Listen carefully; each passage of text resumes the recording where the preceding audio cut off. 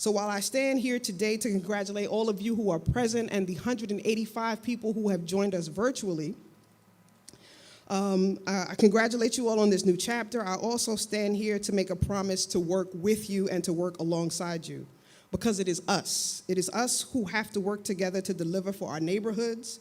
It is us who really understand what's going on in the places that we call home. So we've got to be firm and we've got to be resolute in that. We've got to show up and we got to show out for what we believe in.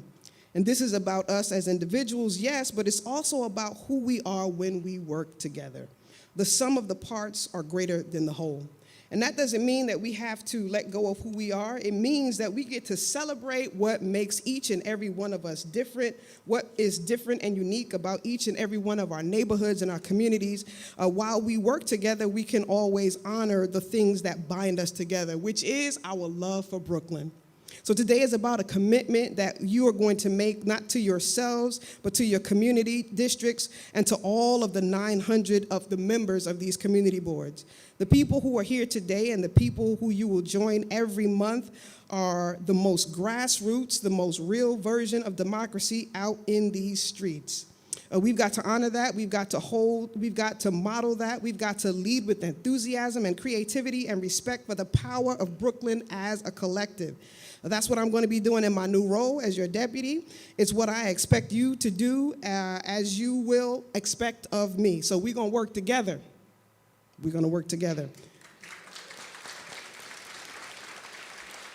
So once again, I want to thank you all for being here tonight. I want to thank you all and congratulate you on your new position, serving the very best borough in Brooklyn under my favorite Borough President, Antonio Reynoso.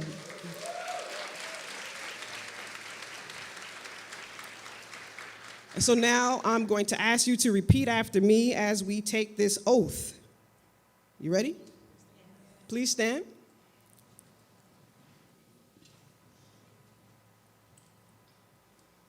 Are they raising their right hands? Okay, raise your right hand. I do hereby pledge and declare that I will support the Constitution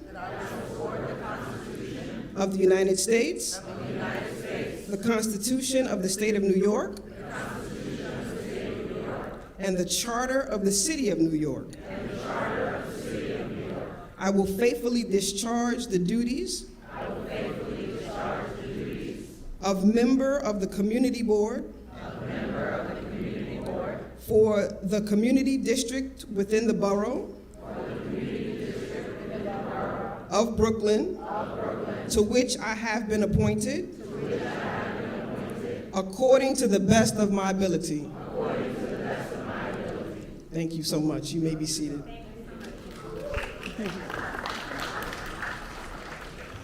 So I'm now going to hand the microphone over to the Director of Community Boards, Ms. Carol Ann Church.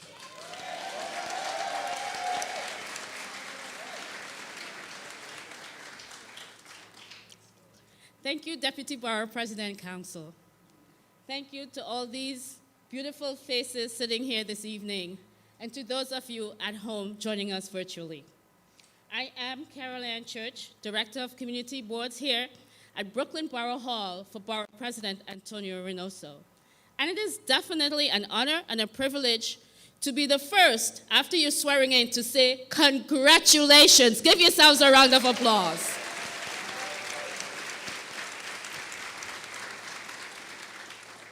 Today is about you, one of the most diverse community board cohorts to be seated. Almost 10% of our members are now aged 16 to 29, and we've had a 22% increase in the age group 20 to 29.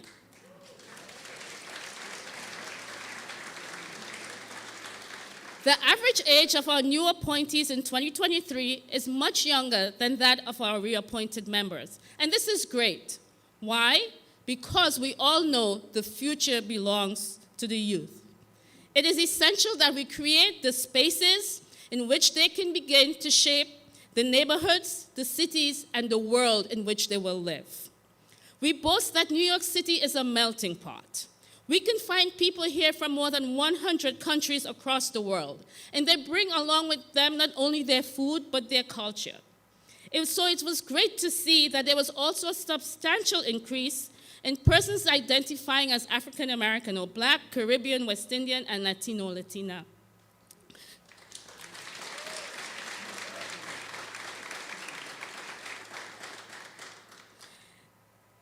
These applicants, some of whom are now members, bring with them unique perspectives of what is community. They may not have engaged before in formal structures such as the community boards, but they bring a strong sense of community. They understand that the world can be made better by looking out for each other. They or their families came to the United States with dreams, dreams of a society in which they can thrive, and they're here to put in the work. A cohesive and functional community board means that each member, whether it's your first time on, whether it's your 10th or 20th time on, must embrace the perspectives that each bring, may it be cultural differences or differences in ideology. You have just taken the oath of office, the same oath that Borough President Reynoso took and the Deputy Borough President took, and that every public official of the city of New York takes. And this means, with this oath, you have committed to serving with the utmost integrity and to diligently volunteer your time and talents in service of your neighbors. You will ensure that through your efforts, the voices of your neighbors will be heard, that you will always remember that community boards are nothing if not a model of representative and grassroots government. It is an honor to be a community board member, but remember, it brings with it a great responsibility to be engaged and informed. Before I end, I want to let you know that this evening was made possible by an amazing team of colleagues. As you know, many of you, if you're new, all of you then, were interviewed. We had over 1,100 applications this year. I couldn't do it all by myself. So I want to take a special moment to thank Community Board's coordinator, Bianca Stevenson,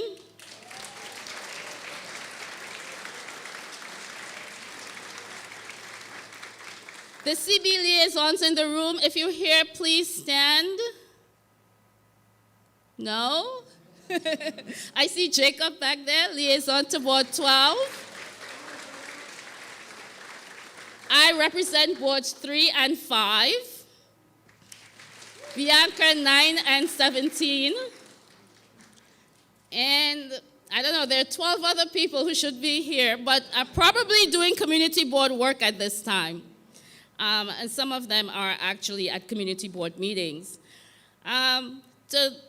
Counsel to the Borough President, Greg Lewis, who headlines tonight's orientation. Our Chief of Staff, Asher Freeman, who ensured that all and every resource was available to our operations and communications team. I want to make sure that I say to them and let you know that they are the power behind this evening.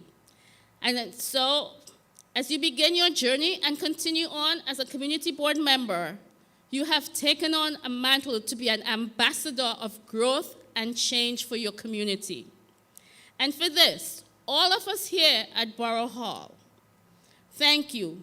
We thank you so very much for your willingness to serve. And we implore you to remember, spread love.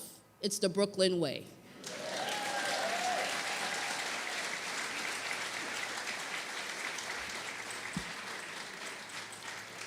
And I'm going to formally introduce Gregory Lois, counsel to the Borough President, and the chief of this evening's orientation. Greg will lead us through a little bit of housekeeping with that. We can only take 4 questions per session. We want you to get home tonight. Remember, we have folks online. They can submit questions via chat. We'll select 2 of those. We'll pass out some index cards you can write questions on. We'll take 2 questions, not from the cards, but two people who put their hands up, we'll take 2 questions from you. You can use those cards and leave them behind with your questions, and we will send written responses to all the questions to everyone here in the room and also joining us virtually.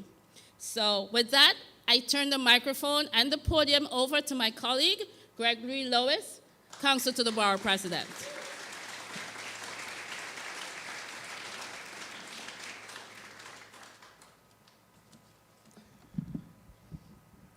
Good evening again to you all, and once again, congratulations. In the 125th year of the City of New York, you all are now a part of its local government. And tonight, those of you present meet in the room where the Common Council of Brooklyn met on December 31st, 1897, the night before we became a city, to continue that legacy. The City of New York was in part a vote where Brooklyn voted to join by 1 vote. There is a fierce legacy of local government here. There's a fierce sense that ours, the greatest borough, the largest borough, the planet, the center of the universe, is something that you are now a part of. So congratulations to you all.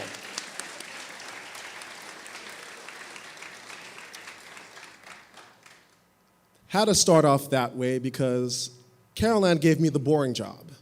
I'm going to walk you through a presentation that has 4 parts, and the center of the presentation is largely going to focus in on, thank you, John.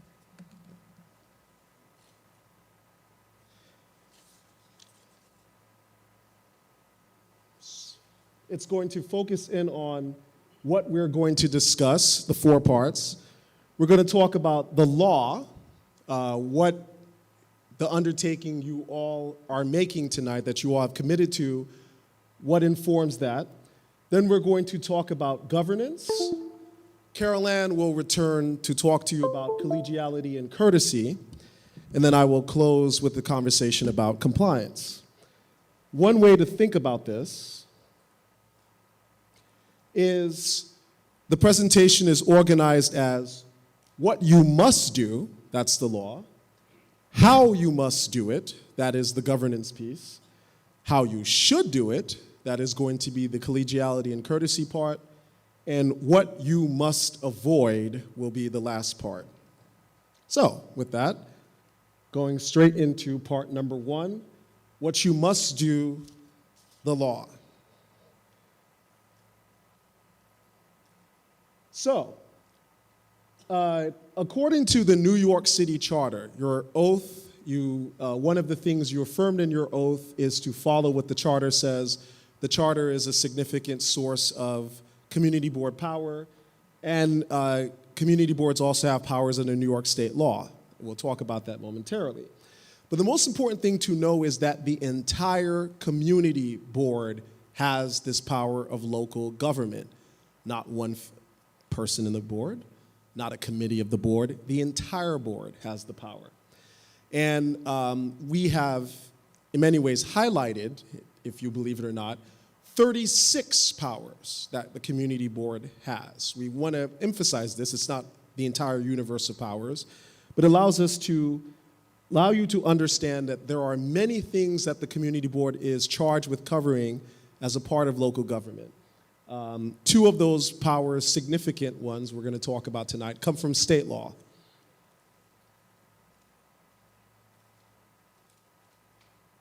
So, land use. A lot of you might have been inspired to become part of the community board because of ULURP applications or land use matters. That's important, but it's one of the 36 things community boards do, so that's why we're going to take a moment to describe to you what your duties are. And we have essentially organized these 36 powers into 5 categories. Community boards advocate. Community boards liaise. They inspect, they direct, and they employ. Let's talk about your duties as advocates. You speak for and fight for a district. You are representatives of your community district. You are to consider district needs. What you do is you consult and advise public offices and agencies, including, of course, this office. You prepare plans for districts, comprehensive and special growth plans. You hold hearings on budget needs, and you prepare and submit to the mayor budget priorities. That is the process that is currently happening with the city budget. Community boards on behalf of their districts have a role there. The next piece of responsibility you have is to be liaisons. The entire community board must connect the public whom they represent with other government and other community players. You are the first line of local government, and for many people, you will be the most significant experience of local government that they ever have. So you want to keep that in mind. What are your responsibilities here? You have the power to request that agency representatives attend meetings. You have the power and the obligation to spread information from city agencies to residents. It goes through the board. You cooperate with other boards in districts where there are matters affecting more than many districts. And you conduct public outreach, and you are required to maintain a website on which you give information not only about meetings, but about information about what's going on in your district. Your next role is that of the inspector. The community boards have a very important function in terms of scrutiny of other parts of city government. So the inspector role allows you to inspect both city government processes and private applications. You are to evaluate the progress of capital projects. Every single year, the New York City budget gives money for schools to be built, parks to be built, other sort of capital projects, and that takes a very long time. Well, you have a role in being able to scrutinize what's the progress of that.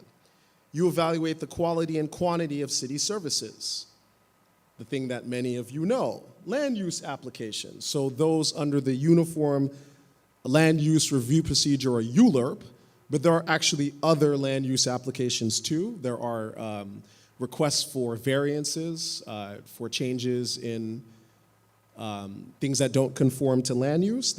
Those occur before the Board of Standards and Appeals. Community boards have a role in being able to weigh in on those. You review and weigh in on state liquor authority applications. This is one of your state powers. The state gives community boards a right to weigh in. And now also on licenses for recreational cannabis. That is another state power, and that is part of the inspector role of community boards. Up to the fourth category. I might have skipped one. Here we go. Community boards as directors. You have, and this is going to be part of part 2 of the presentation, you have a role as, you have a governance role in scrutinizing and holding to account certain officers that you are allowed to appoint. This is your chairperson. The chairperson is appointed by the community board, by the majority of them. And then the community board also has the ability to elect officers. Along with the chair, there could be a secretary, a treasurer, vice chairs, etc. The community board on the whole adopts and can amend bylaws. They create committees relating to their duties and make those meetings public. And lastly, one of their important governance powers, they have the power to remove among themselves members who are not doing what they're supposed to be doing for a cause. One significant piece of cause that is built into the text of the charter is the idea that if folks are not attending meetings, they are not doing their job. Period, end of story. And we're going to talk about that very shortly, that we exercise that, but that's an important part of your governance role. Lastly, you have a role as employers. The community board hires and supervises a district manager. and other staff. They hire or pay for professional staff and consultants. Typically, there is a requirement that you have to have a budget. The community board's budget is very meager, so chances are you probably can't really hire consultants, but the power exists on paper, subject to budget, and other assistants. After having hired them, the next thing you need to do is say what their jobs are, what are their duties. The charter has a provision that says the community board is supposed to adopt a statement of duties for the district manager and other staff. It's your responsibility to pull that together.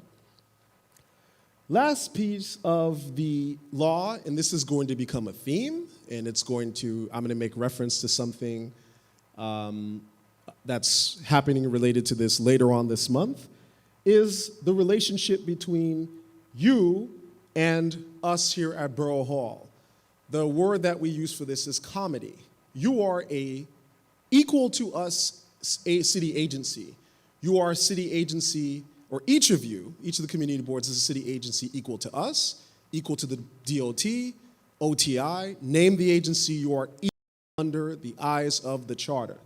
So, you are an independent government agency. You have access to and a right to all of the government resources that you need to do your jobs. And there are 36 jobs. Y'all have a lot of work to do. So you have the right to all of those resources. It's going to become an important theme. Okay, some parts of our independence, or that's part of being a piece of the city ecosystem, rather. The lawyers for the city are the New York City Law Department, Corporation Counsel, and the department that she currently heads. Our lawyers at this agency are Corporation Counsel, by which means if you are sued, that's your lawyer. So sometimes, and we'll talk about our relationship and how we help, we will, for some matters, refer you to the law department. We'll refer you to the law department where there's no clear answer and you need a lawyer to be able to tell you can or can you not do this. Other thing that is common to all agencies, there is a conflict of interest law. You're gonna learn about it tonight if you don't know, and you should know. But when you learn about it, the bottom line is to skip ahead. You're gonna wanna call the Conflict of Interest Board, who enforces the law as against all public servants, including you, all people who are part of city government. All right. I want to emphasize this, if it wasn't clear, we're not your bosses. We're not an overlord or an enforcement agency or an oversight agency. We are part of the ecosystem with you all, but we are here particularly to help. The law ties us to you under the charter. There are actually two official ways that we are tied to you, and this is all the charter says. One, we can, case in point tonight, we appoint members to the community board. We do have the power to remove community board members ourselves for cause. I am going to tell you right now, the borough president has been very clear about this, has said at any place you want to check the record, he will sparingly use this power. He expects you all to enforce the rules against yourselves. Don't expect the borough president to remove anyone for cause. It would take something extraordinary for that to happen. So he's very clear he wants to allow you to preserve your independence. The other thing that we do is we are obliged to provide training and technical assistance to you. That's something that's unique to us. There is another provision that says all city agencies have to respond promptly to your requests for information. That's another way that we're there, but these are the two ways that this office officially has a role. Other than that, independence, so this is to understand. Now, I want to say a little more about what we say about how we look at training and technical assistance. The borough president considers that to be training such as the one that's happening right now, as well as giving you guidance, that is information that has already been published by the city, we just pass it on to you, and to help you navigate, get in contact other city agencies who are supposed to help you.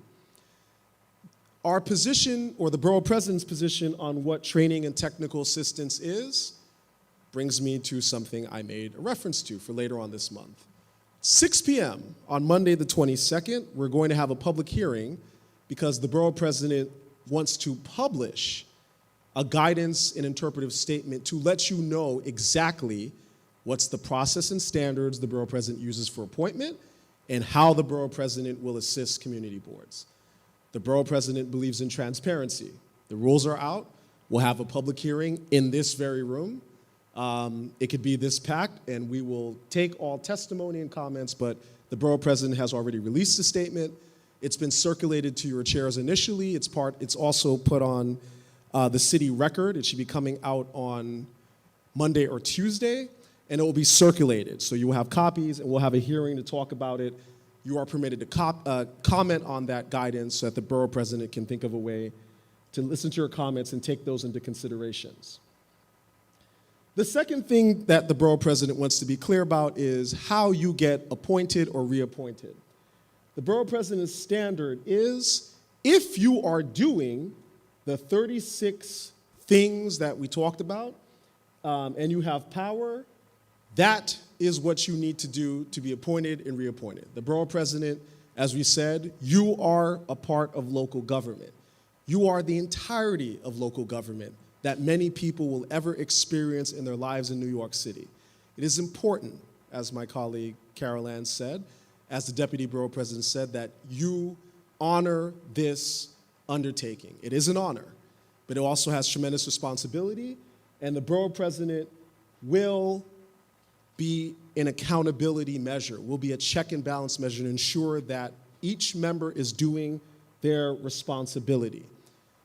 There's deference to that, but so the deference to having community boards monitor their own internal performance talks about removal, where the borough president comes in to hold accountability as part of the appointment or reappointment process. That's where the borough president will look at who's attending. That's where the borough president will look at whether the boards are doing their jobs, and we'll sort of talk about that. I just sort of talked about this checks and balances piece. Of course, we are aware that you are exceptionally excellent and dedicated forms of local government because you're volunteers. And we know that. You have day jobs. Everything that we sort of talked about, accountability, will take into account the realities of what you are undertaking. But still, it is a form of local government. There will be checks and balances from this office as part of the appointment and reappointment process. There is accountability. So, let's summarize. Y'all got a lot to do, more than ULURP hearings. The part of which I got a lot to do is you need to read reports, you need to stay informed. Other governmental agencies are there to provide you with resources. They are required to do so. If you're having trouble, reach out to us. That's what we're there for. The borough president wants to use the power that he possesses, his office, in part to leverage his power to get you resources because, again, you are local government. You're to be treated as local government. You are equal local government. And as I said, in many instances, you are the most important form of government because you're all that anyone will ever know in particular districts, right? The BP is here to help you navigate. And as I said, the BP will exercise the power of appointment to make sure you're meeting your responsibilities. The BP will do this at the appointment phase. As I said, it would take an extraordinary situation for the borough president to remove someone for cause. Borough president's going to rely on the community boards to exercise that oversight themselves. An important piece of the work is work in committees. Committees are the space for details. The general board meeting, I'm going to talk about this in topic number 2, but just to preview it for you right now, the general board meeting is for decisions. You should just make decisions and get out of there.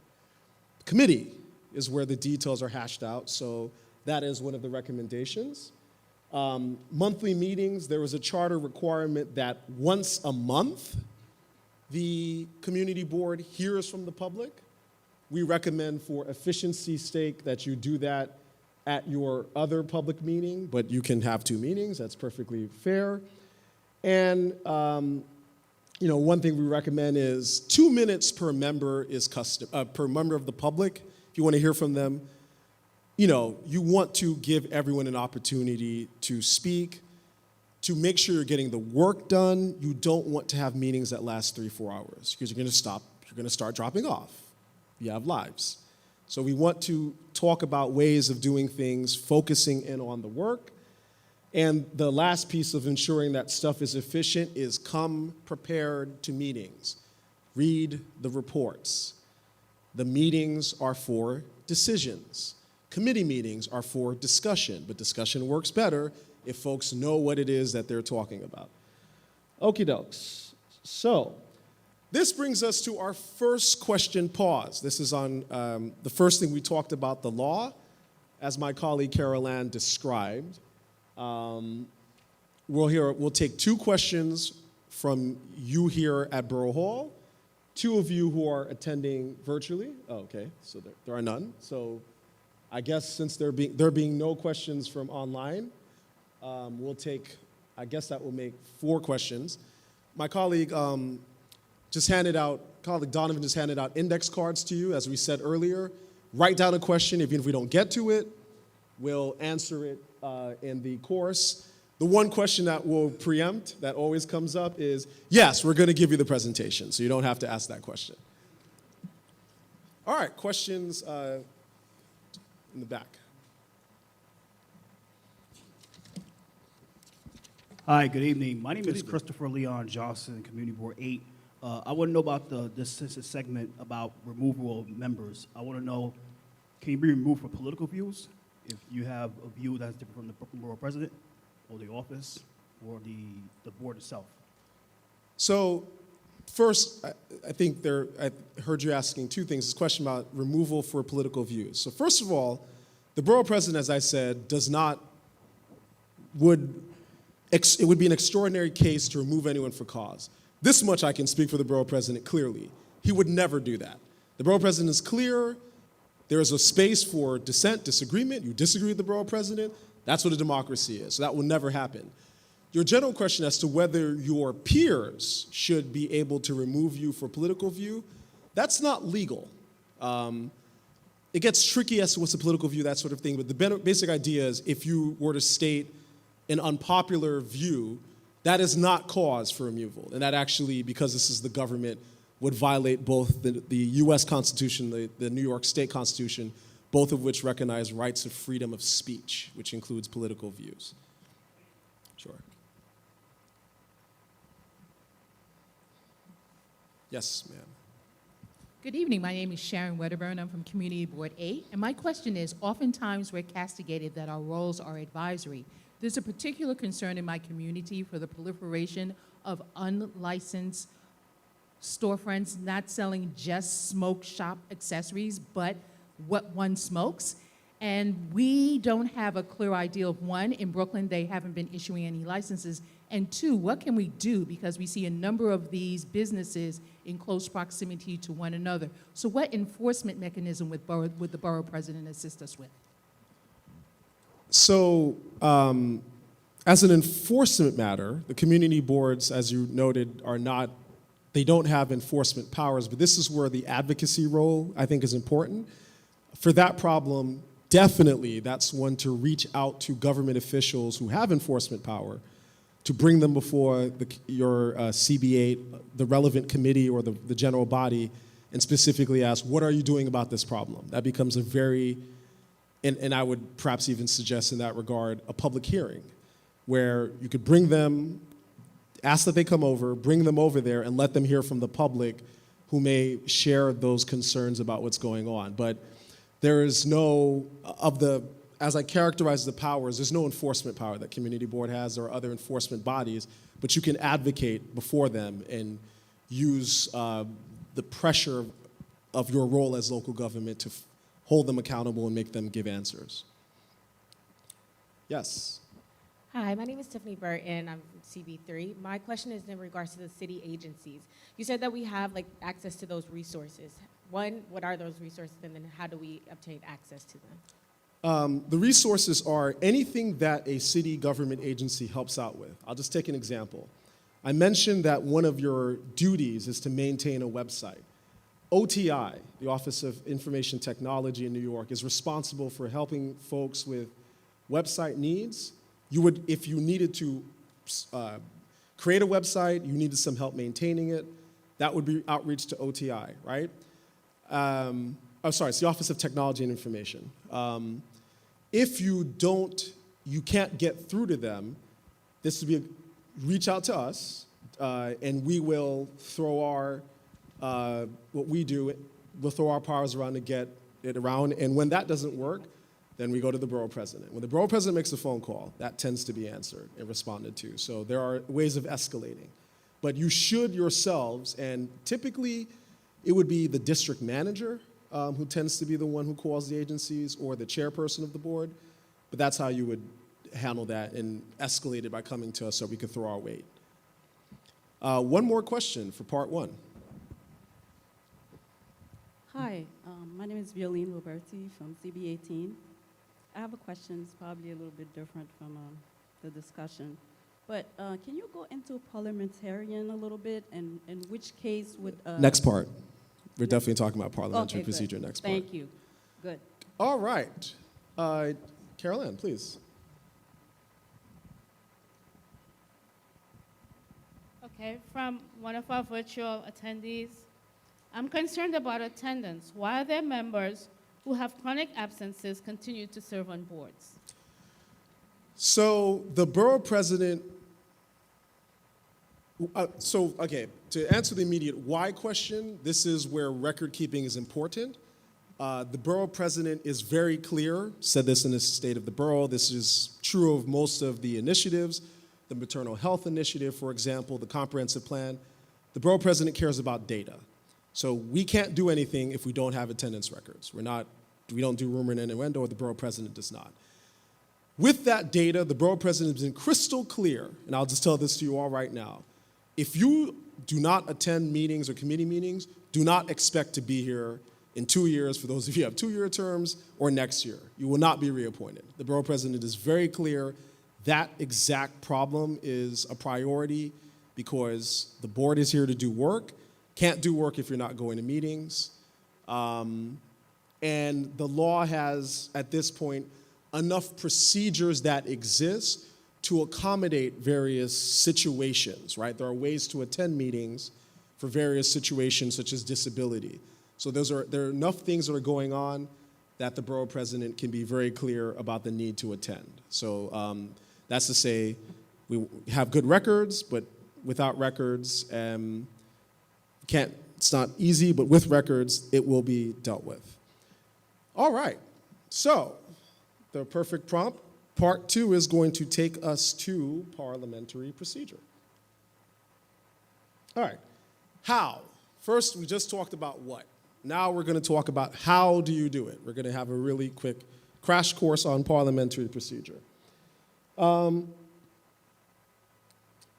Boards, community boards, they are collective bodies like societies, corporations, associations. All collective bodies make decisions following procedures that reflect the reality that each member has power. The procedures are about respecting individual members to help them exercise government power. Community boards on the whole, the entire board, as I said earlier, possesses the community board's power, not a single individual, not a single committee. This is reflected in 3 basic points of procedure. Point number one, decisions happen at meetings. This means the community board, like any other collective body, makes decisions at its meetings. The decisions happen either at committee meetings or the full body one. Decisions are reflected in the record of the meetings. The record of the meetings is called the minutes, is the typical term, or it's the record. And usually, where it's something important, you have a document memorializing what the decision at the meeting was, and this document is called a resolution. Remember that a resolution comes out of a meeting. It does not replace a meeting. You can't have a resolution if you haven't met. The resolution just basically says, here's what happened at the meeting. So, the next point is, because meetings are for making decisions, members need to attend both the general meeting and their assigned committee meeting. And they need to have read everything, because you can't do the work if you skip meetings or if you show up to meetings and basically only your body's there. The rest of your mind's checked out because you're unprepared, right? So that's the basic idea. And as I just sort of said, a person's attendance record is going to be the key metric for reappointment. Do not expect to be reappointed if you don't attend meetings. I'm just telling you that all right now. I'm saying it for a second time so there are no surprises. Okay. The third point of procedure is that all members have an equal right to participate in meetings about decisions. The discussion leading up to a decision, the fancy term for it is deliberation. But the deliberation reflects the equal right of participation that each member has. All members have a right to participate, weigh in on whether there even should be discussion or deliberation, have a say about how long the discussion or deliberation should be, and to have notice of the meeting. Those are some of the basic rights that are part of members' rights of equal access. The 3 points of procedure as to how you run are reflected in the New York City Charter. Section 2801 has built-in rules of procedure, and 2800 also. The bylaws that are adopted by a community board, because the charter requires that you have bylaws, and the Roberts Rules of Order. We're going to now say a little bit about what points of procedures each of these things add. First, the New York City Charter says what you need to have in terms of attendance to be able to make a decision and how a decision passes. First, you need to have a majority of members in attendance. A majority is 50% plus 1. If you have all 50 members on, that will be 26 people. If you happen to be one of those community boards for a variety of reasons, you have 49 members, that'd be 25. 25 or 26 people need to show up to have an official meeting. The term for this minimum of people to show up to have an official meeting at which binding decisions, the word is quorum. That's what you need a quorum. So I gave you the example. Assuming quorum, that is 26 people, in most instances 25 people there, you need a majority of the quorum for a decision. So if you have 26, you need 14 people to say yes for the thing to pass. In parentheses is a bit of nuance. There is this tricky state law whose application to community board affairs has never been completely ironed out. But this naturally goes with the spirit of this presentation, so I'll just say this. With the big ticket controversial stuff, and I will acknowledge the reason why many people think that community boards are only about ULURP is because that's in many ways the most significant thing. New York is the real estate capital of the United States, one of the world, blah, blah, blah, right? For ULURPs, I would recommend that you make sure you have 25 or 26 yes votes. There is a state law that suggests you need an absolute majority of the total membership for certain acts. So I would say, I would stick to it on acts where you could expect to get sued. If you vote against somebody, a ULURP matter, you're gonna get sued. Or there's somebody's gonna sue about it and they're gonna cry about it. So that's why I would suggest for those sorts of matters, I would go with the 26 vote requirement. That's just a piece of recommendation. We can let, a lawsuit can clear things up. So it's not the end of the world, but that's just my recommendation. Next piece is about abstentions. Last year when I did this presentation, there was some controversy as to why or how confusing this was. And now I'm gonna go ahead and let the Laura Lee cat out of the bag as to why I wrote this to be confusing. Stop abstaining. I wrote it to be confusing to discourage you all from abstaining. Because abstentions are we'll talk about this later, but I like my friends too much to say no version of saying no. Just say no. Vote no if the answer is no. Or if you want to really say yes, but people don't find it to be popular, say yes.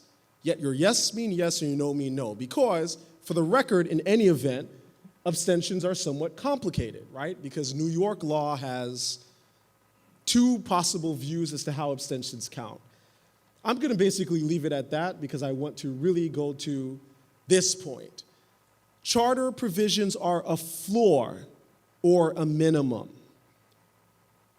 Even if something could pass with 14 votes, that should not happen. 1/3, actually less than 1/3 of a community board should not be making a decision for a district. So it's a floor. Really treat it like a floor. And part of that 14 yes is the practice of abstaining. Abstentions are only for when you are not prepared. That should be because of an emergency. You should not habitually be unprepared. You should be prepared, as we talked about, so you should weigh in yes or no. Carol Ann's going to sort of talk about points of collegiality and courtesy that speak to if you say yes and everybody else wanted to say no, no one should be yelling at you. No one should be rude to you. This is a democracy. Every vote counts. So express it, right? But basically, I have, letting out the cat out the bag, I have made the discussion of abstaining more hyper-technical than it need to be to sort of remind you you should not be abstaining. You should just be voting yes or no. You vote yes or no, it's easy. There's no complications, right? One thing to note, abstention is different from recusal, where you're saying, I can't vote on something because I have a conflict of interest. We will talk about recusal when we get to topic number 4. Okay, the next source of procedure are the bylaws.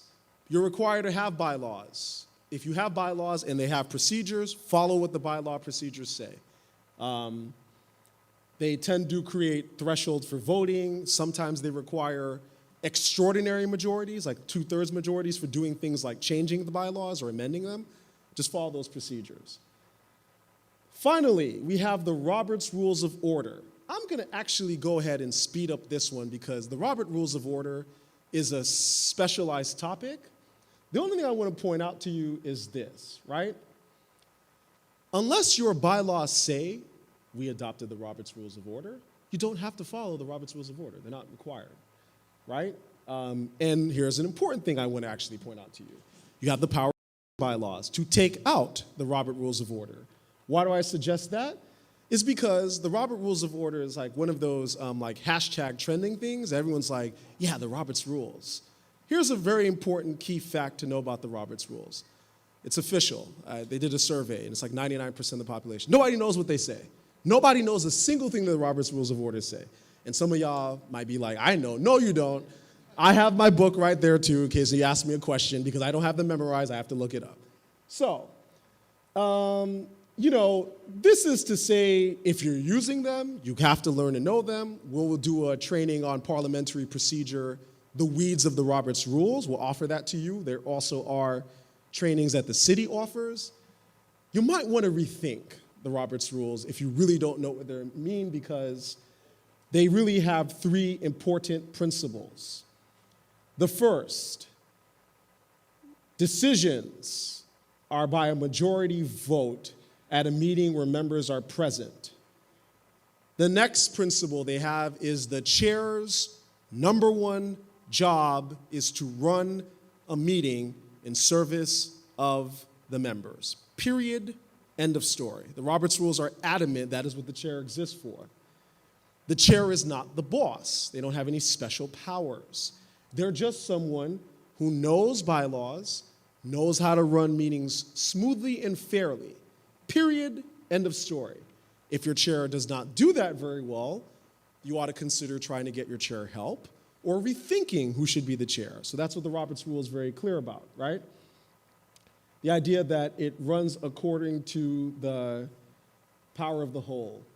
I'm going to go ahead and I only want to highlight one piece of the general procedures that will become a point of emphasis toward getting meetings to operate very quickly, right? And to get meetings to operate very quickly, I want to point out one thing that the Roberts Rules recognizes. And this is the power of unanimous consent, to make a decision by unanimous consent. Unanimous consent is the principle that for certain matters that are non-controversial, they are routine. The classic example, adopting the agenda and approving the minutes, or resolving friendly amendments, like someone says, the minutes misspelled my name. Anyone gonna really be like, no, your last name is spelled L-U-I-S, I said it. No, you're just gonna correct it, right? So for that, you should just do unanimous consent. It bypasses a roll call vote, which takes a long time, and it is just very simple. I'll give you an example of unanimous consent. Does anyone here object to taking a 5-minute break? There's an objection from, okay. Mr. Camacho has objected, so we would have to have a roll call vote, or I'd have to do something else.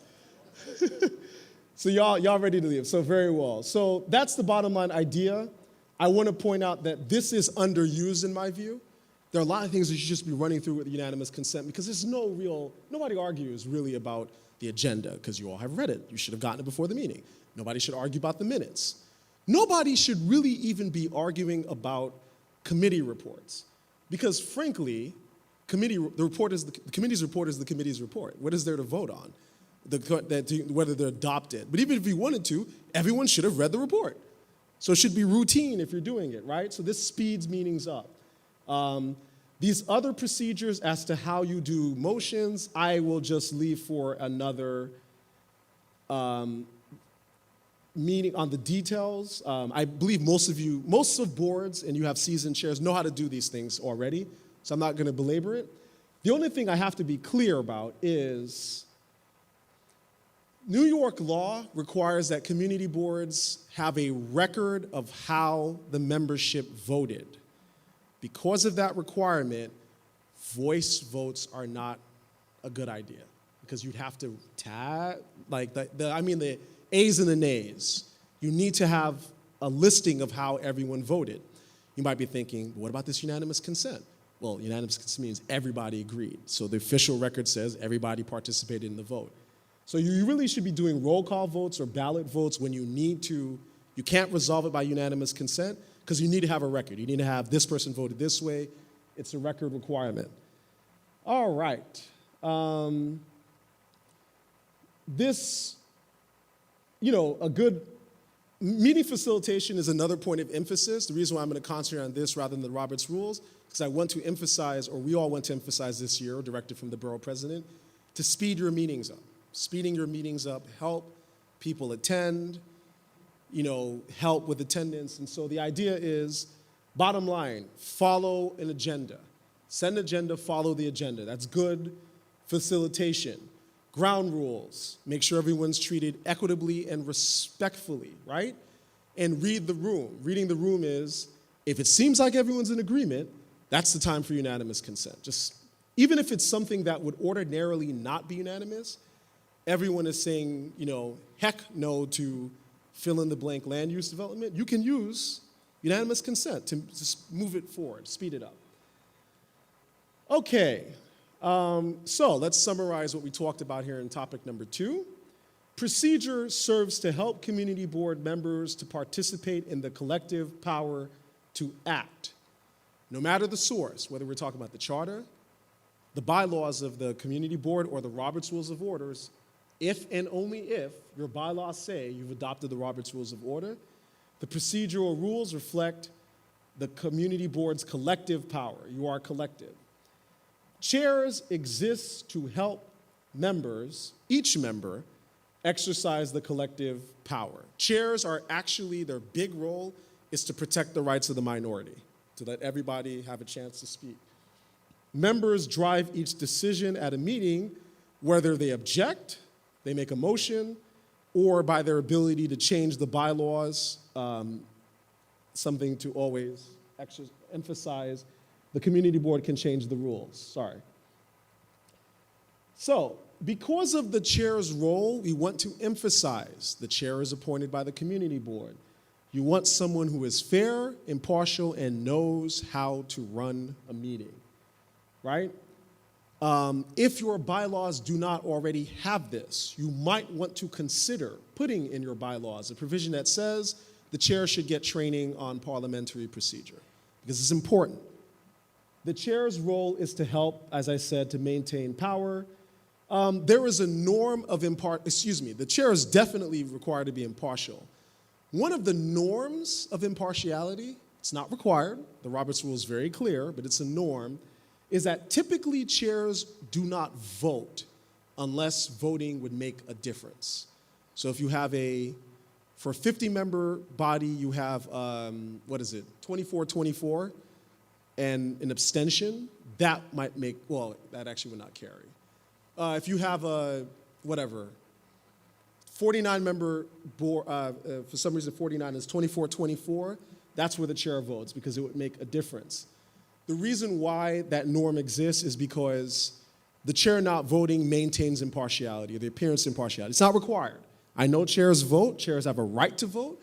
The Roberts Rules are crystal clear, chairs have a right to vote. There are members like anyone else, but that's just sort of an idea. And the other thing that chairs should enforce is the parliamentary principle included in the Roberts Rules that before a person can speak for a second time, each person should have one chance to speak, right? This encourages participation at all. It stops things for monopolizing. I always get in trouble for this slide, but very well, because this is an important thing for community boards to understand. Monitor the chair's performance for fairness, impartiality, and order. If there are any issues that you feel your chair is not impartial, can't maintain order, it's not performing, there should be an attempt, the community board should just remove the chair, right? Not Chairperson Camacho because he's exceptional at this, but just other hypothetical chair people. All right, so there we go. Yes, exactly right, Chairperson Camacho. So, we're done with part 2. Now, 2 questions once again I'll start with remote attendees, if there are any, and then if not, we'll then take 4 questions from here, those of you all here on parliamentary procedure. Just a point of clarity. So as members, we are representing our communities, but these are public meetings, so the community can be present with us. In regards to how the meeting's operated, community members who are not board members can participate in the conversation, just cannot vote, is the difference in the operations? Yes, community members can only speak during the segment of the meeting that is designated for public comment. They don't have like a general right to debate. They have to speak where it's designated because, again, the reason for this is, I would say 2 things. The best practice is to have committees as the space for the public to just speak and weigh in. The general body meeting is for decisions. And if you were to just allow anyone to speak, that is why you're getting out of meetings at 9:30, 10, 10:30, 11, and you're like, why am I doing this with my life? We're trying to make this less painful. So that's why. That's the only reason. Not to be like, democracy is important, but there has to be order. And part of the order is speak during this, there's a designated segment to speak. And sorry, the last piece I'll clear about that. The public has no right to speak apart from that, on a voting item, apart from what the community board gives, and we're recommending designate a public speaking segment and just leave it at that.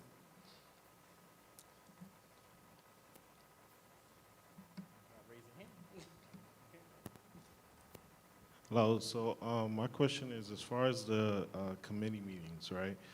Notes that are collected or just taken down, are those made available to the members who were present at that meeting? When you say notes, like the minutes? Well, not minutes, but just overall, I guess like a summary? The summary of the discussion? Yeah, of what happened within that meeting. Yes, committees should maintain minutes, and both the committee members as well as the general body has a right to the minutes, because the important thing is You need to know what happened at the committee meeting if you weren't there. It's especially important if you were not there, you know. So yes, committees are required to have minutes, and those should be made available to the members of the committee as well as the other members of the community board who were not present at that committee meeting. 2 more questions we could take from this section.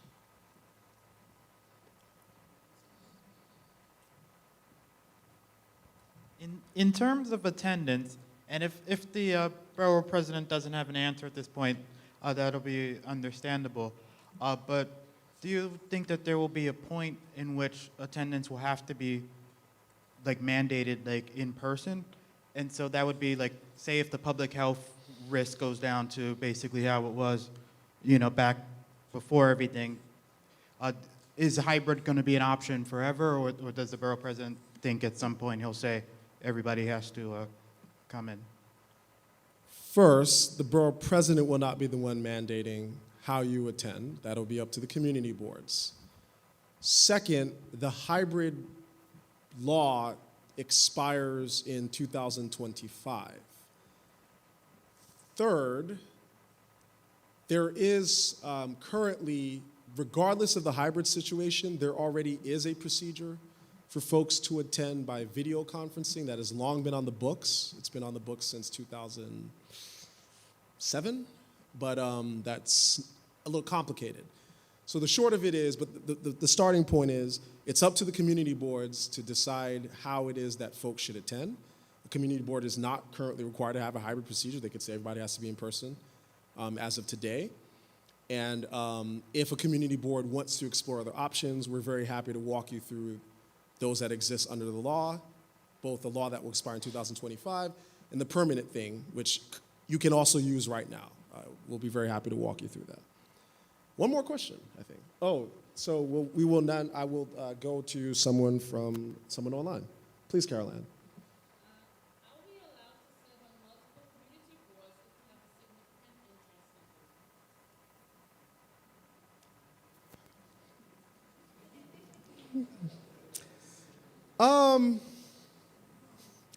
So, you know, I assume that means somehow you got appointed to multiple boards. There's no bar per se, but I will register a largely irrelevant personal view because it's the borough president's call.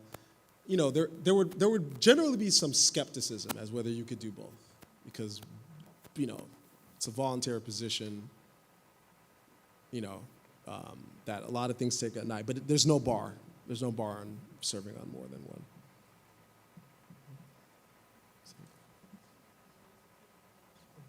Exactly. We would prefer diversity of thought. Okay, so I will be quiet for now, and I will give you back to Carol Ann, who'll take you through topic number 3, how you should do it, collegiality and courtesy.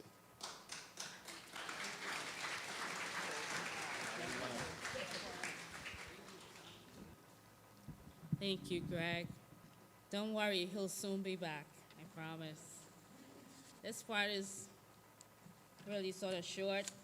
I don't think you're going to be learning anything new here, but we really think that we need to emphasize this.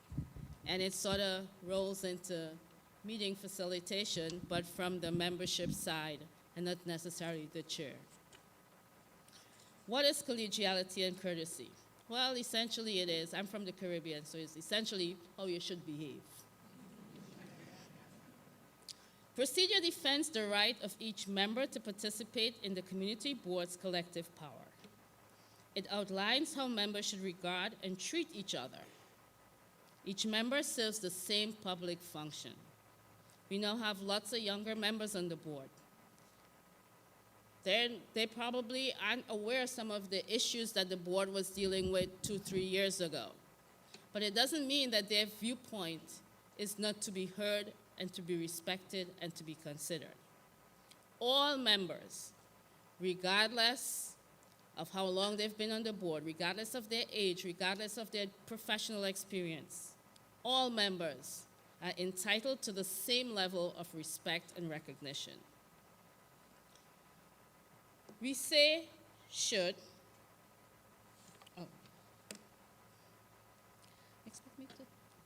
I'm not good at chewing gum and walking, as you can see.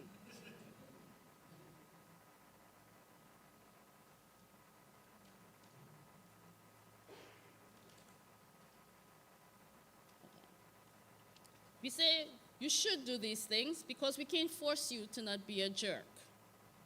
The BP can't remove you because you're a jerk, but you should. We'll talk more about that when we get to topic 4, and we let the attorney talk about that. So,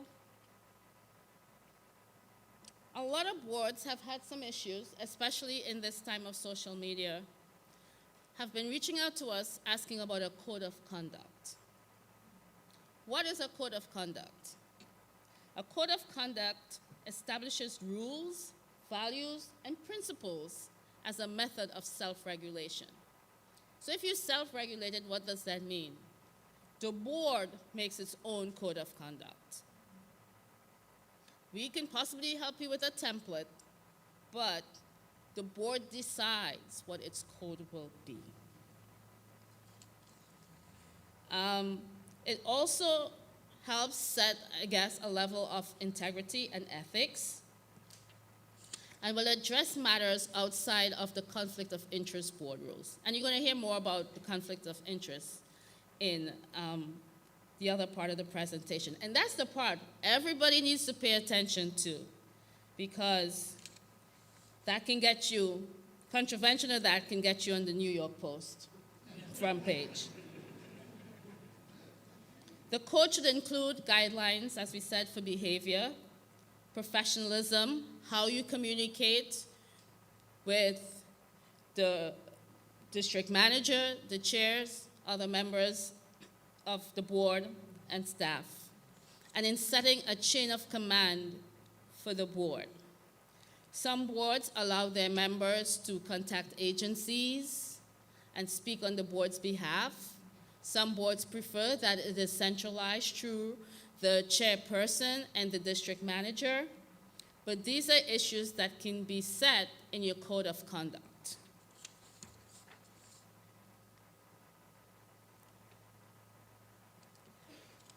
This also goes with meeting facilitation.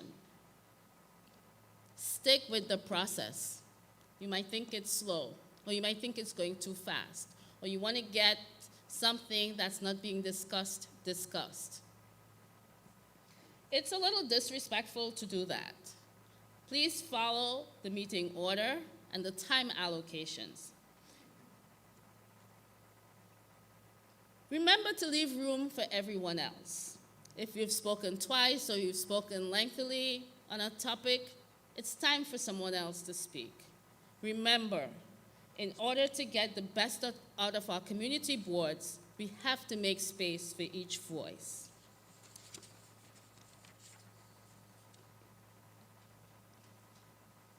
Principle 2, focus on the issues. Community boards deal with governmental matters. No interest in people's personal lives. What they do outside the space of a community board meeting, unless it's something unethical or illegal and impacts the work of the board, is really no business of the board. It should not be discussed in a board meeting. No personal beefs. If you're not getting along with somebody in your personal outside space, that's one thing. But when you are at the board, it's a professional environment. One of the things to ensure this is that we never personalize. We deal with issues. We deal with points of view. We are not looking at the person. The person is not their point of view. They may agree with you on 8 other things and disagree with you on 2. What are you going to do because they disagree with you on 2? Remember, you do not personalize these issues. Stick to the topic.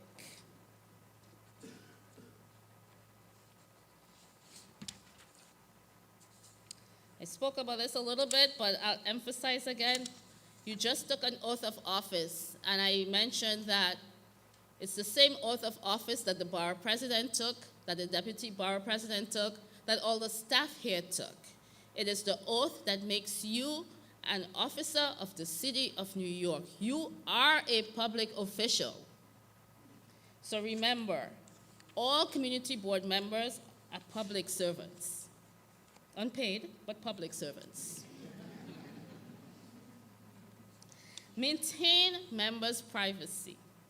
Do not disclose any personal aspect of a member unrelated to a topic, such as their telephone number or address. Please, please, in this age of everything being available on the internet and you can just Google search somebody, it still does not make it okay to give out someone's personal information. We consider that a breach of privacy. A good rule of thumb is if a matter is not before the CB, it's otherwise irrelevant, don't mention it. Forget it exists. And to maintain professionalism, we say, you guys might have heard this before, just the facts, right? Detective Colombo. Don't deal with personal anecdotes. It depersonalizes the conversation. If you use data, facts, use facts to persuade. A lot of times we get all caught up with the emotion, but that doesn't really sell an argument. If you all caught up in emotion, you know what? Because I like you, I might want to go along with you, but I have no real reason for going along with you. Logic and data wins the day. And one of the things, when we get into heated arguments, especially about things that matter to us, we can sometimes get personal with someone whose view we disagree with. And I know you guys keep thinking we're repeating it. There's a reason we are. Please. We want to keep our meetings professional, so please do not let conversations go into personal attacks.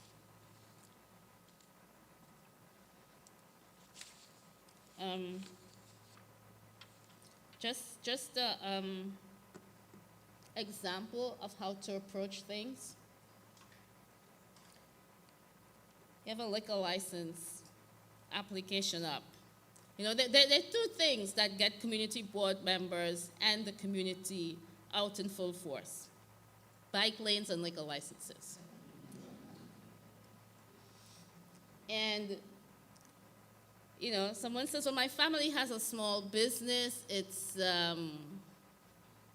you know, a daycare center. And if you give this applicant a liquor license, it would hurt my daycare clientele. They won't want to bring their kids next door to a place with a liquor license. You haven't given me any reason except like a personal viewpoint about why you don't want this. As a community board member, we have to always keep in mind that our decisions and what we say is about the community. It is not about the individual. It's always about the community. So this is a better way to go. Small businesses in the community have serious concerns about the proliferation of restaurants and bars. In these days, cannabis shops. Over the past month, there have been 22 311 calls about noisy patrons, lewd behavior, and crowded streets. Another license will exacerbate this situation. Chair, I offer the 311 report to be added to the record of this discussion. You've given me something to work with. Now I know why, really, I should think possibly about voting against this. It's not because of you and your business, but because of evidence of how this can affect the community. So I told you I'd be quick, and I'm almost at the end. Just remember, even when members disagree, your disagreements must never become personal. You know, the slide says should. I say must. Should sort of gives you a little wiggle room. There's no wiggle room.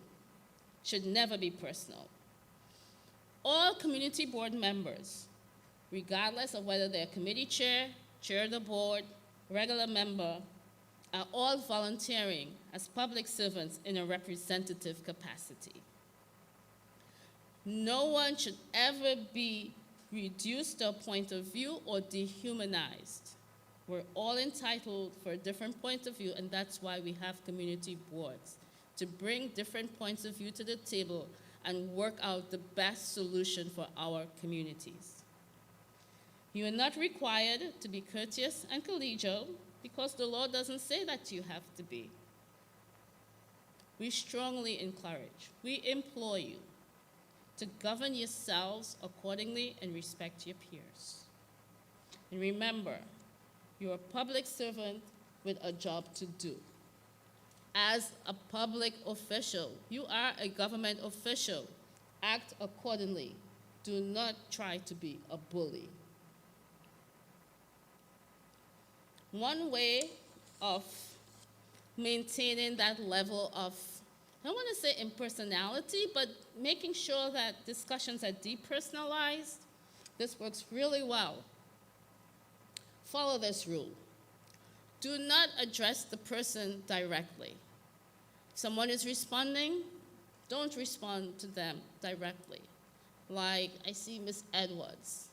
If Ms. Edwards asks a question, I don't say, well, Ms. Edwards.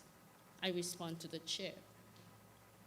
Ms. Edwards doesn't say, well, Ms. Church. No, she says, chairperson, whatever the statement is, and then the conversation sort of goes through a filter. So, as you see, we say here, consider addressing the chair and to referring each other by my colleague, board member or chair or secretary. It avoids the personal attack. And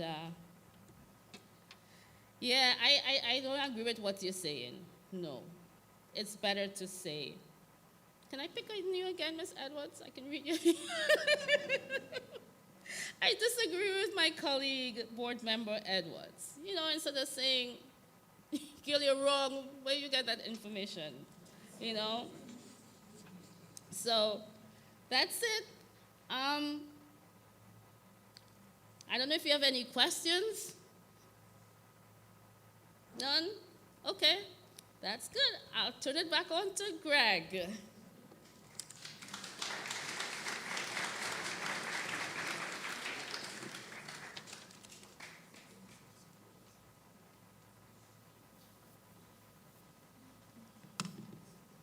All right.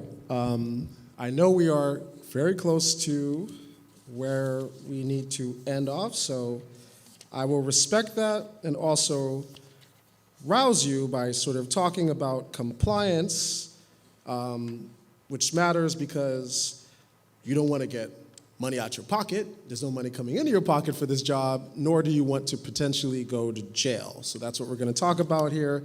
Some of the things that you need to avoid in terms of compliance, right? So the bottom idea here is some of the things that are a jerk are also illegal.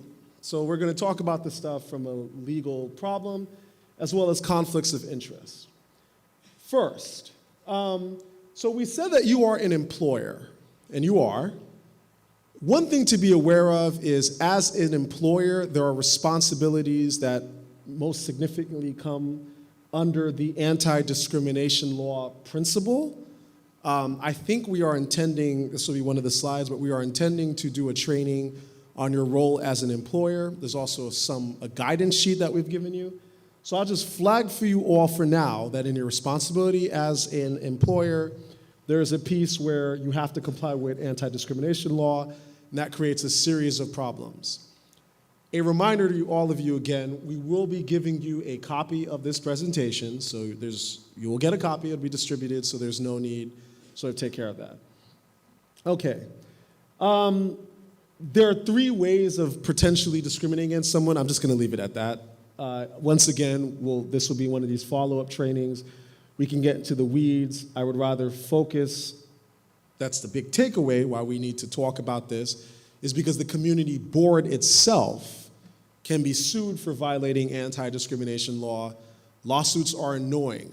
A lawsuit against the community board will not cost any member any money. It'll just cost time, because lawsuits are time-consuming. They involve things like depositions. You don't want to be there, so you don't want to trip a wire and get sued, but we'll talk about that. So that you are, again, clear, to reinforce why we have mentioned this as something for you to be mindful of, and while there will be a training, is because the community board on the whole is an employer. It has an HR function for its employees.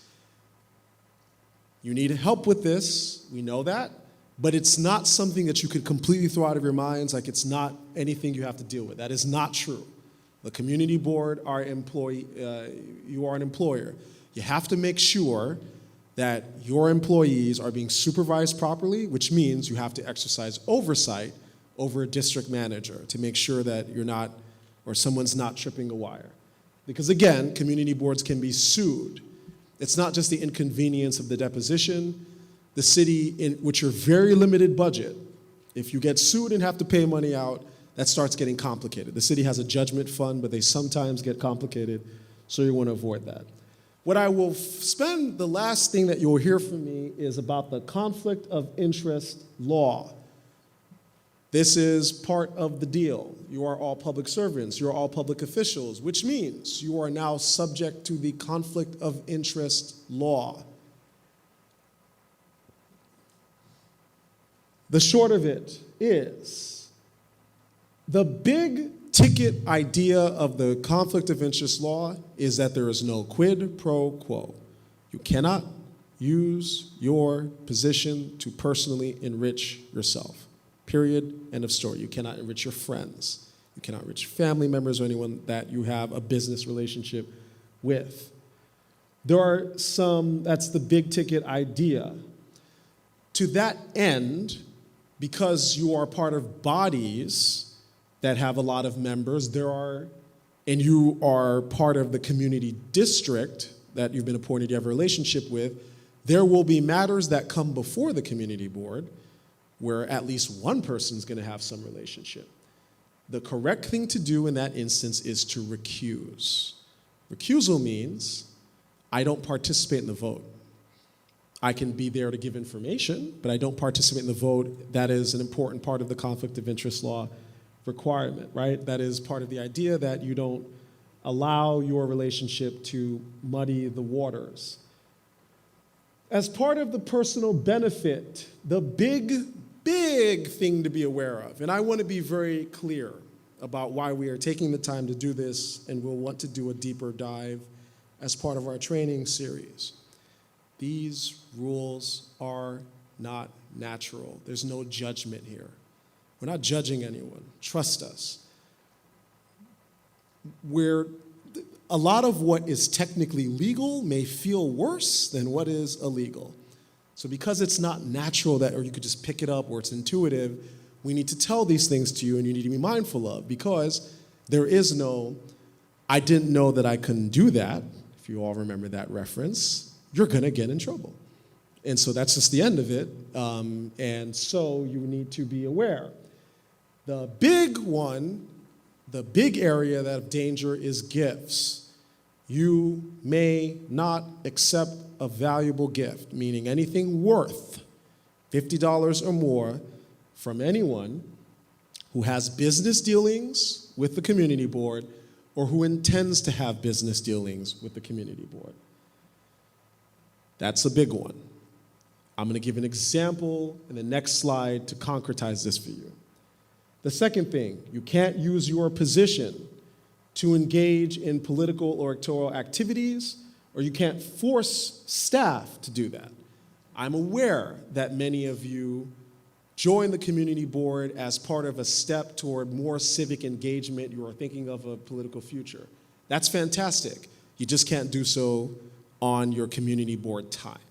There are rules for this. If you have a question, call COIB, right? If you have a question, and COIB actually is the most responsive agency in the ecosystem, so just call COIB. You don't even have to call us. COIB answers the phone. They actually do. It's wonderful. And so you will be able to find someone.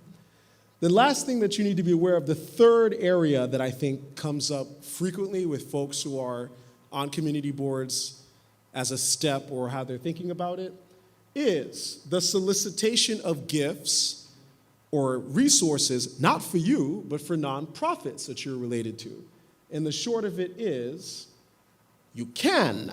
This is one thing that is allowed, but it cannot be targeted.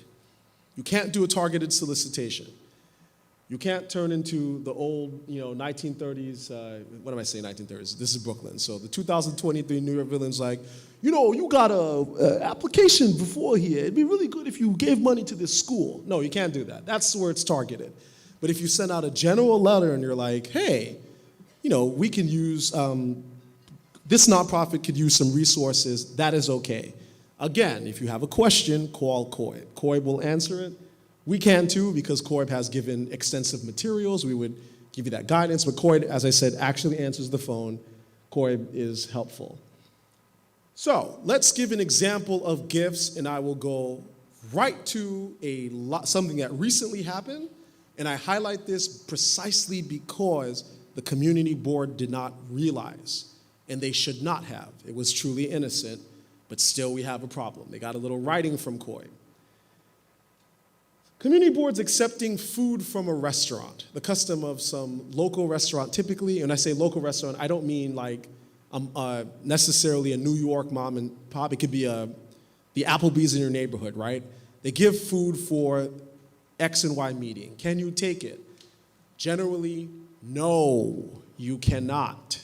The reason why is I've given you the exact section from the charter. You cannot take a gift from anyone that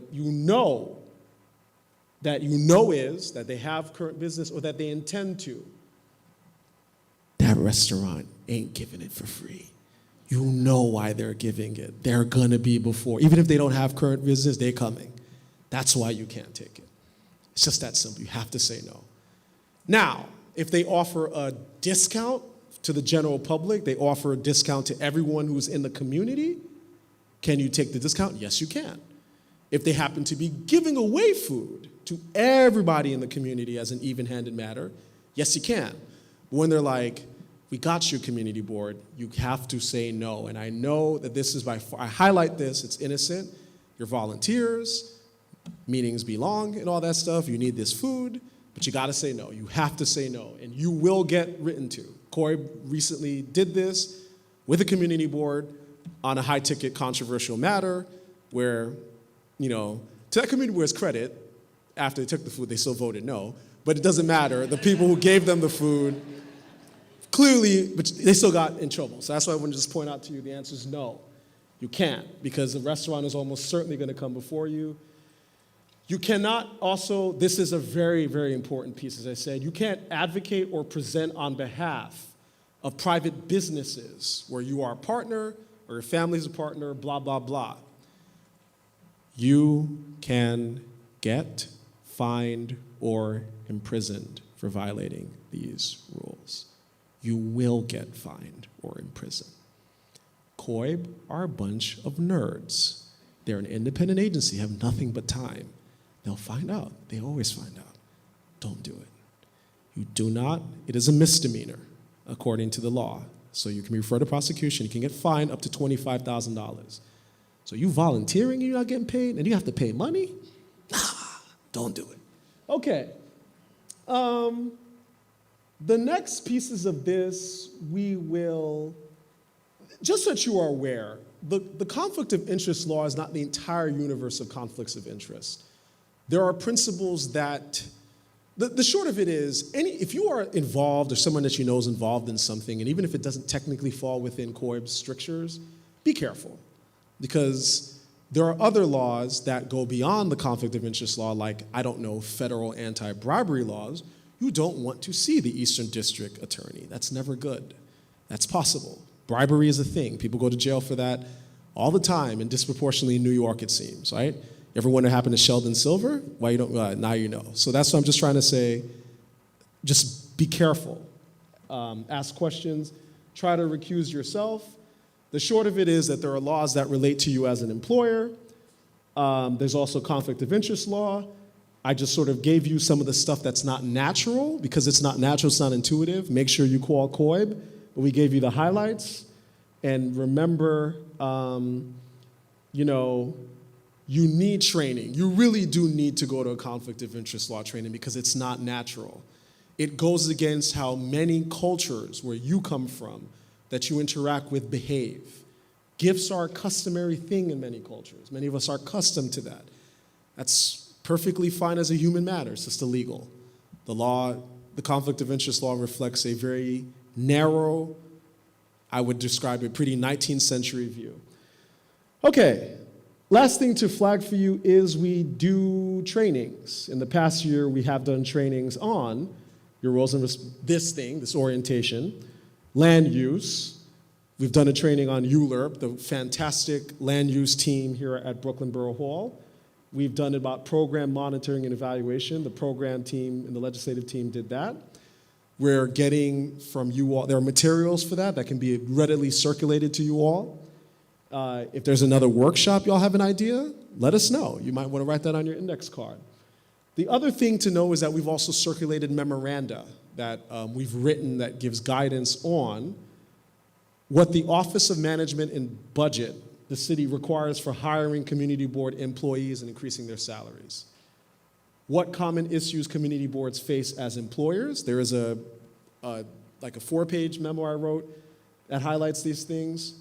Carol Ann weighed in on that also. And we also have something to tell you how to run general body in committee meetings, right?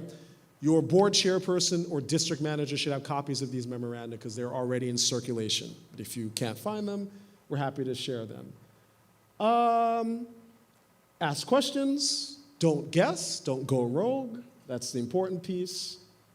And these are, when you get the slides, you'll see that there are some places for you to write if you have, or to know whom to contact for information on these things.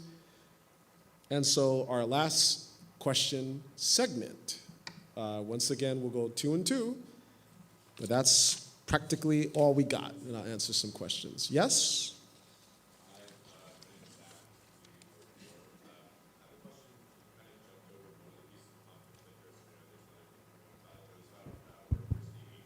Uh-huh.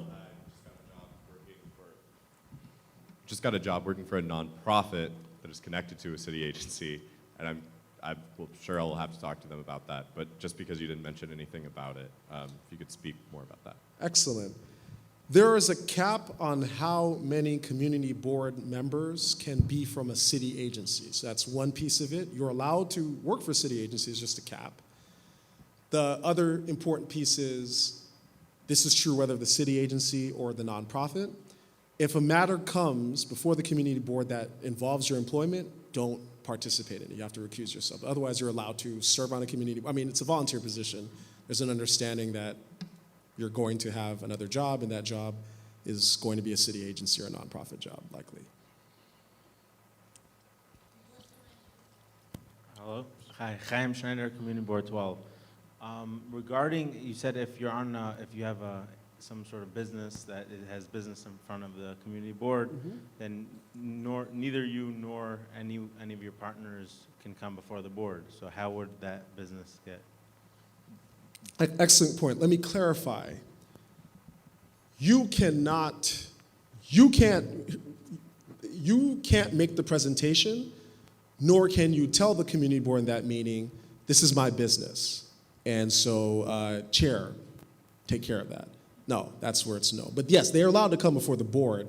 It's just that you have to completely remove yourself. It's a double form of recusal, because normally recusal means you just don't participate in the vote, but you could weigh in. But in a special case where it's your business, it's your business partners, you cannot be there at all. Do not be at the committee. Don't tell anyone. You're not allowed to do that, because it's trying to flush out the sense of advantages for community board members, and the idea that you're going to be working with people together, people are your colleagues. There's a certain collegiality that happens that's natural and human, but the law is trying to prevent that. Yes. Good evening, sir. Good evening, sir. I only got two questions. We had the SLA meeting, and we asked them to come by because they had some conflict in the community. They bypassed us and went straight to the SLA board and got the license anyway without coming before us. The other part that we did, we had ULUP, we changed the zoning, and when we changed the zoning, the big corporations came down and took over the planning. I don't know how we could stop that, but that's what happened. The SLA piece, being aggressive about weighing in is important because, yes, technically, community boards are, the board waits for you, the state liquor authority waits for or gives a certain amount of time for the community board to give its opinion, and it makes this decision taking that opinion into account. You want to, this is an idea of if it's because, that community board did not get their opinion in quickly enough, this is one of the reasons why we're talking about streamlining things and trying to get things done a little more faster so that you can meet state deadlines. On the ULERT piece, I'll just say this,